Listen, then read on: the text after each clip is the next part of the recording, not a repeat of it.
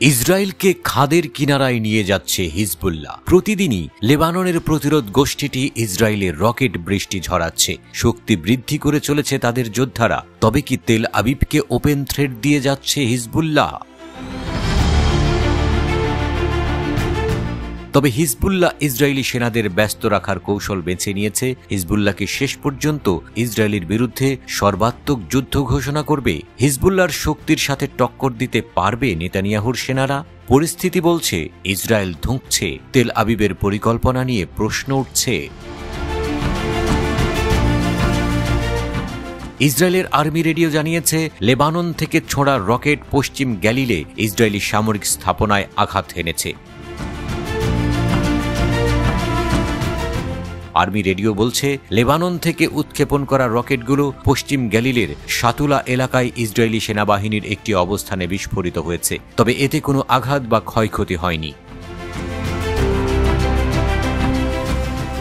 এছাড়াও লেবানন থেকে ছোঁড়া একটি রকেট লেবানন ইসরায়েল সীমান্তের কাছে অবৈধ বসতি কিরিয়াত শামোনার কাছে একটি খোলা এলাকায় আঘাত হানে।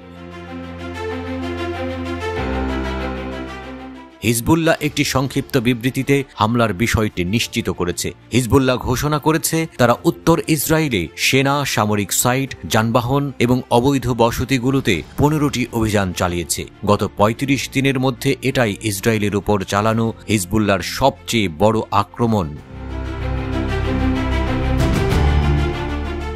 এদিকে ইসরায়েলের সাবেক যুদ্ধমন্ত্রী এভিগডর লিবারম্যানের বক্তব্যে ইসরায়েলের সামরিক ও রাজনৈতিক ব্যবস্থার দুর্বলতা ও হিজবুল্লাহর মোকাবেলায় তাদের অক্ষমতা তুলে ধরা হয়েছে।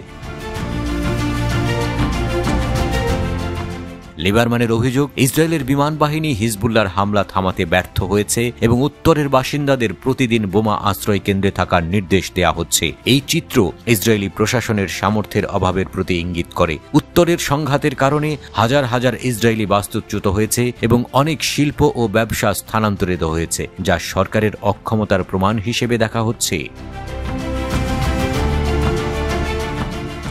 ইসরায়েলের চ্যানেল 12 পরিচালিত জরিপের ফলাফলে দেখা গেছে, শতকরা 75% বসতি স্থাপনকারী মনে করেন উত্তরের যুদ্ধ পরিচালনায় ইসরায়েলের প্রতিক্রিয়া দুর্বল ছিল। এই ধরনের জনমত জরিপ সরকারি নীতির প্রতি জনগণের অসন্তোষ এবং অনাস্থার প্রতিফলন ঘটায়। এই পরিস্থিতি ইসরায়েলের রাজনৈতিক ও সামরিক নেতৃত্বের জন্য একটি বড় চ্যালেঞ্জ হয়ে দাঁড়িয়েছে। আন্তঃসীমান্তে গুলি বিনিময়ের মধ্যে ইসরায়েল এবং হিজবুল্লাহর মধ্যে পূর্ণাঙ্গ যুদ্ধের আশঙ্কা বেড়েছে, বিশেষ করে গত 30 জুলাই বৈরুতে হিজবুল্লাহর সিনিয়র কমান্ডার ফুয়াদ শুকরকে হত্যার পর।